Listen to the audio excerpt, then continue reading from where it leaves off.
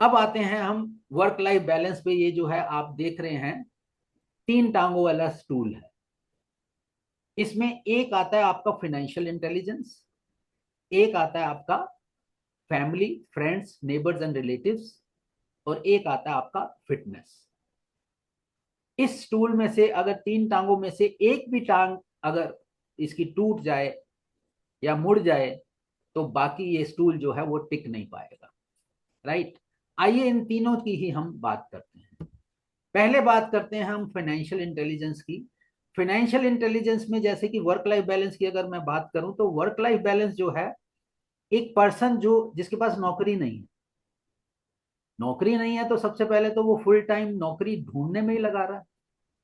Business नहीं है, business start करने में लगा रहा है, तो वो तो पूरा टाइम उसमें लगा रहा है।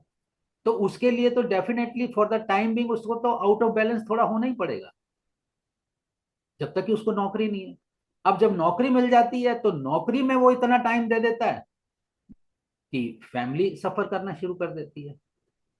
तो मैं सबसे पहले फाइनेंशियल की बात करता हूँ। एक राहुल जो है, एक कॉर्पोरेट एम्प्लॉय है, उसकी मैं बात करता हूँ। और उसकी एनुअल ग्रॉस सैलरी है 12 लाख रुपए। 1 लाख रुपए महीना है, 12 लाख रुपए है।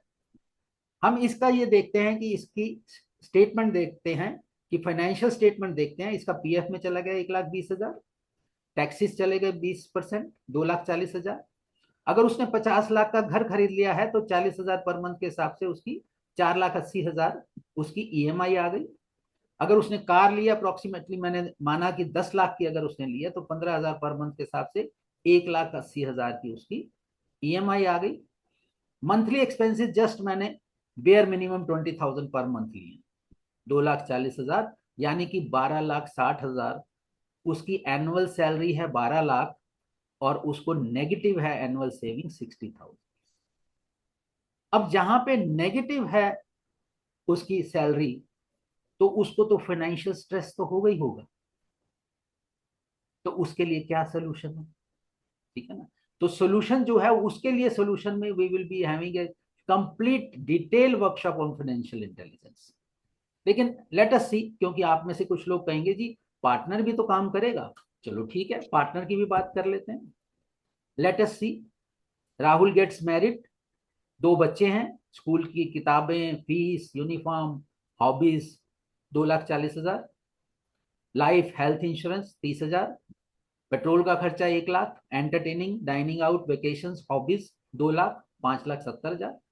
और नेट एनुअल सेविंग्स जो है माइनस में 6,30,000। मान लेते हैं कि पार्टनर का भी 6,30,000 का पैकेज है। यानी कि आपके पास हस्बैंड एंड वाइफ दोनों काम कर रहे हैं, दोनों अर्न कर रहे हैं, और family life is in disturbance, कोई वर्क लाइफ बैलेंस नहीं है, और जीरो सेविंग्स है। तो उसका क्या सोल्यूशन है? तो सबसे पहले यह है कि हमें फाइनेंशियल प्लानिंग अपनी करनी है। इतनी इनकम होने के बाद में तो वी शुड अर्न, कि हाँ जी वो बचता ही नहीं है पैसा, बचेगा पैसा। उसका आज मैं आपको एक सीक्रेट दे देता हूं, बाकी सीक्रेट्स में डिटेल वर्कशॉप में बताऊंगा। आपकी जितनी भी सैलरी है उस सैलरी का 10%, 10% जो है आपने बिल्कुल अलग रख देना है। और वो अलग रख देना है कि मेरी 1 लाख सैलरी नहीं है, मेरी 90,000 ही है। 90,000 से ही मैंने काम चलाना है, ये प्रण लेना है आपने, कसम खानी है आपने। क्योंकि जिसका 10,000 से गुजारा नहीं चलता, उसका 20 से नहीं चलता, 30 से नहीं चलता, 1 लाख हो गया, आपकी 2 लाख इनकम हो जाएगी फिर भी नहीं है। मैंने एक किताब में पढ़ा था कि अगर आपकी इनकम 10 लाख रुपए है पर मंथ, और आपका खर्चा 12 लाख रुपए पर मंथ है, तो you are as good as जिसकी 10,000 तनख्वाह है और उसका 11,000 खर्चा है। कोई फर्क नहीं पड़ता। अगर 10 लाख की इनकम पर मंथ होने के बाद भी 12 लाख का खर्चा है, तो what is the point?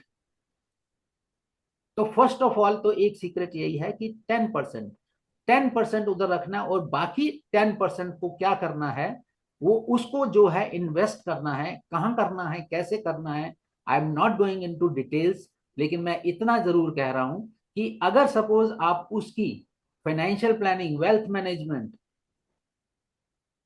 And extra earnings अगर आप कर लेते हैं तो फाइनेंशियल स्ट्रेस आपका जरूर दूर हो जाएगा।